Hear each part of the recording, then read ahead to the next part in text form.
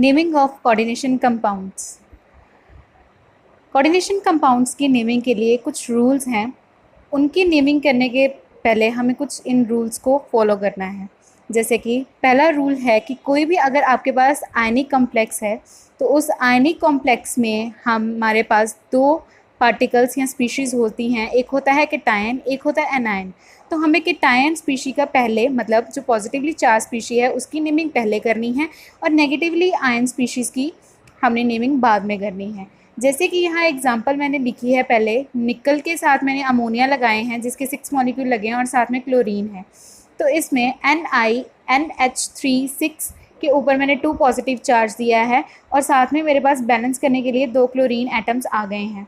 तो इसमें जो केटायन पार्ट होगा जिसके ऊपर 2 पॉजिटिव चार्ज है, मतलब जो स्पीशी पॉजिटिव चार्ज कंटेन करती है वो होता है केटायन। तो केटायन की नेमिंग इस कंपाउंड में मैं पहले करूँगी और जो मेरे पास क्लोरीन है वो एज ए एनायन एक्ट करेगा और उसकी नेमिंग मैं बाद में करूँगी।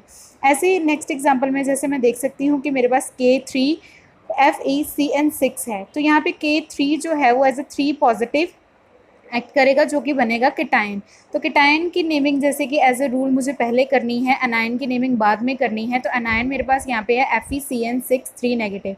तो इस स्पीशी में मैं पहले केटायन की नेमिंग करूँगी एंड देन एनायन की नेमिंग करूँगी। पर ये रूल जो है वो न्यूट्रल स्पीशीज़ में नहीं लागू होता।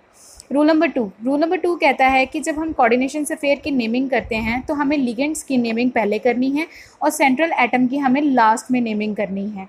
रूल नंबर थ्री कहता है कि जैसे मेरे पास एक कोऑर्डिनेशन अफेयर के अंदर कुछ लिगेंड्स हैं तो उन लिगेंड्स का मुझे नेमिंग अल्फ़ाबेटिकली करनी है। जैसे कि इस एग्जांपल में मैंने निकल के साथ अमोनिया के 5 मॉलिक्यूल्स लगाए हैं एंड क्लोरीन को लगाया है। अल्फ़ाबेटिकली मैं देख सकती हूँ कि अमीन का ए पहले आएगा जबकि क्लोरीन का सी बाद में आएगा अल्फ़ाबेटिकली। तो मैं यहाँ पे पहले नेमिंग अमीन की करूँगी, देन क्लोरीन की मैं नेमिंग करूँगी। साथ में फोर्थ रूल नंबर मेरा ये कहता है कि हमारे पास अगर किसी अनायनिक कॉम्प्लेक्स हमारे पास है तो उसके जो मेटल सेंटर की एंडिंग होगी उसके मेटल सेंटर के साथ मैं 8 लगा दूंगी। जैसे मेरे पास समझ लो आयरन है तो आयरन के पीछे मैं जैसे उसे हम फेरस बोलते हैं तो उसके पीछे मैं लगा दूंगी फेरेट।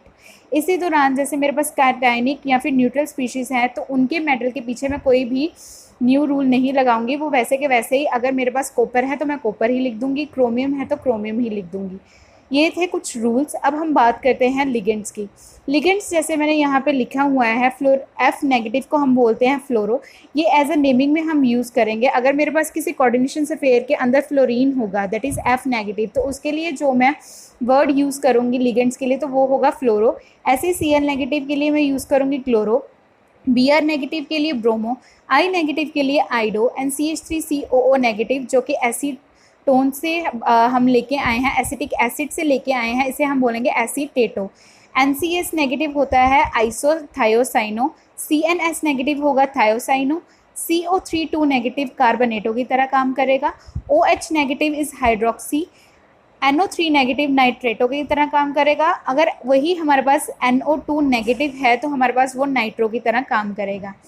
अगर मेरे पास तो ये NO2 नेगेटिव है तो एज अ नाइट्रो की तरह काम करेगा। अगर मेरे पास ये ONO नेगेटिव है तो ये एज अ नाइट्राइटो की तरह काम करेगा। O2 नेगेटिव के लिए हम यूज़ करते हैं ऑक्सो, C5H5N पिरिडिन के लिए यूज़ करते हैं, H2O के लिए हम हमेशा यूज़ करेंगे एक्वा, NH3 के लिए हम यूज़ करेंगे अमीन। हमें ये बात ध्यान में रखनी है कि यहाँ पे NH3 का अमीन में जो M है वो 2 बार आएगा। और जैसे मेरे पास नेक्स्ट है तो H2N CH2CH2N, इसके लिए मैं यूज़ करूँगी इथिलीन डाइअमीन। अब इन रूल्स के रिलेटेड हम कुछ क्वेश्चन सॉल्व करते हैं। जैसे कि मेरे पास यहाँ पे है K3FeCN6। तो जैसे कि मेरे पास फर्स्ट रूल मुझे ये कहता है कि मुझे केटायन की नेमिंग पहले करनी है देन एनायन से। तो जैसे कि मैं यहाँ देख सकती हूँ potassium as a cation act करेगा तो मैं पोटाशियम की नेमिंग पहले करूँगी। तो मैं यहाँ लिखूँगी पोटाशियम। उसके बाद मेरे पास कोऑर्डिनेशन अफेयर आ जाता है। कोऑर्डिनेशन अफेयर में जैसे मैं देख सकती हूँ कि मुझे लिगेंड्स की नेमिंग पहले करनी है और मेटल एटम की बाद में।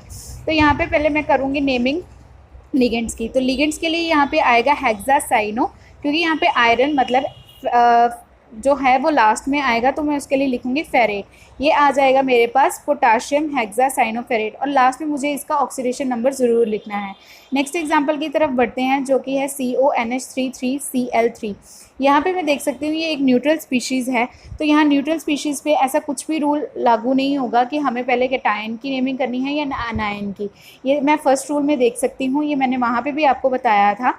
और यहाँ पे अब हम सबसे पहले, क्योंकि अमीन और क्लोरीन अंदर मेरे पास दो तरह के लिगेंड्स लगे हैं, तो अल्फ़ाबेटिकली हम यहाँ पे इसकी नेमिंग करेंगे। पहले नाम आएगा अमीन का, क्योंकि यहाँ पे 3 अमीन है तो उसके लिए मैं लगा दूंगी ट्राई अमीन, और क्लोरीन भी मेरे पास 3 है तो उसके लिए मैं लगा दूंगी try chloro cobalt and 3 oxidation number होगा इसका।